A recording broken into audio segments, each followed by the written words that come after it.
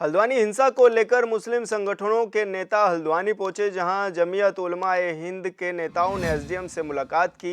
उन्होंने कहा कि बिना कोर्ट के आदेश पर अतिक्रमण तोड़ने की कार्रवाई की गई, जिसके बाद बवाल हुआ। हकीकत ये है कि हजारों लोग पलायन कर चुके हैं, लिहाजा ये अपील है कि लोगों में डर खत्म होना चाहिए। इस दौरान जमीयत उलमा-ए हिंद के प्रतिनिधियों ने कर्फ्यूग्रस्त इलाकों में जाने के लिए प्रशासन से अपील भी की, लेकिन प्रशासन नहीं माना। हक है और अमन कायम होना चाहिए। हमारा यहाँ आना इसलिए हुआ है कि 8 फरवरी को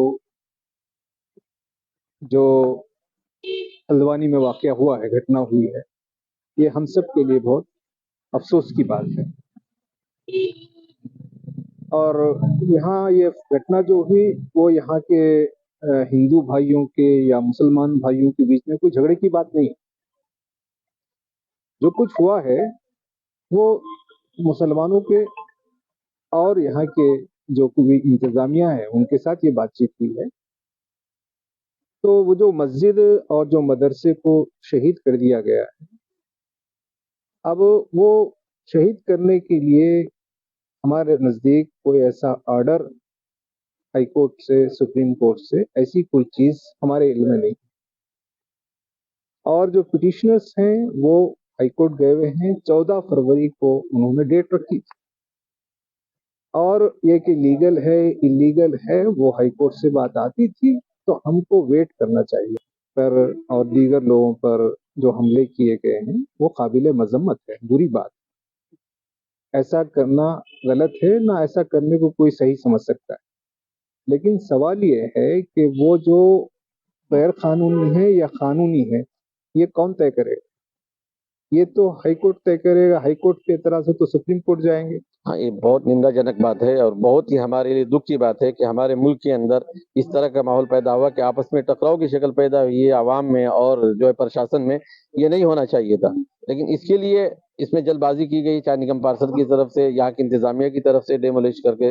अगर कोर्ट में कोई मामला था तो कोर्ट के ऑर्डर के आने का वेट करना चाहिए था और जो भी कोर्ट का डिसीजन होता उसके बाद उसकी कार्रवाई की जानी चाहिए थी। जल्दबाजी में फैसला लिया गया जिसकी वजह से हालात खराब हुए हैं, लेकिन ये हालात खराब नहीं होने चाहिए थे।